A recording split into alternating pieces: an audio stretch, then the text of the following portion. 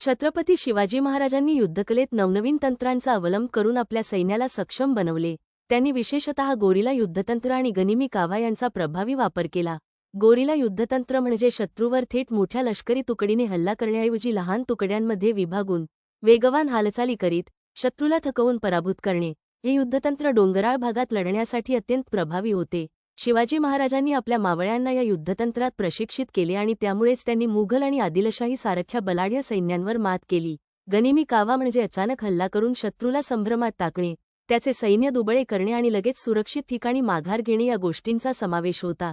महाराजांनी रात्रीच्या वेळेस हल्ला करणे, जंगल आणि डोंगराळ प्रदेशाचा फायदा घेणे, शत्रूच्या रसदपुरवठ्यावर हल्ले करणे आणि त्यांचे मनोबल खच्चीकरण करणे अशा विविध प्रकारांनी गनिमी कावा प्रभावीपणे वापरला.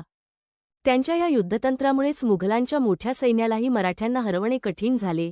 शिवाजी महाराजांचे गनिमी कावा आणि गोरिला युद्धतंत्र हे केवळ तत्कालीन युद्धपद्धतीपुरते मर्यादित नव्हते, तर आजही हे तंत्र रणनीती आणि गुप्तहेर युद्धशास्त्रात प्रेरणादायक मानले जाते. त्यांच्या या युद्धकौशल्यामुळे मराठा साम्राज्याने अनेक युद्धांत विजय मिळवला आणि हिंदवी स्वराज्याची रक्षा केली.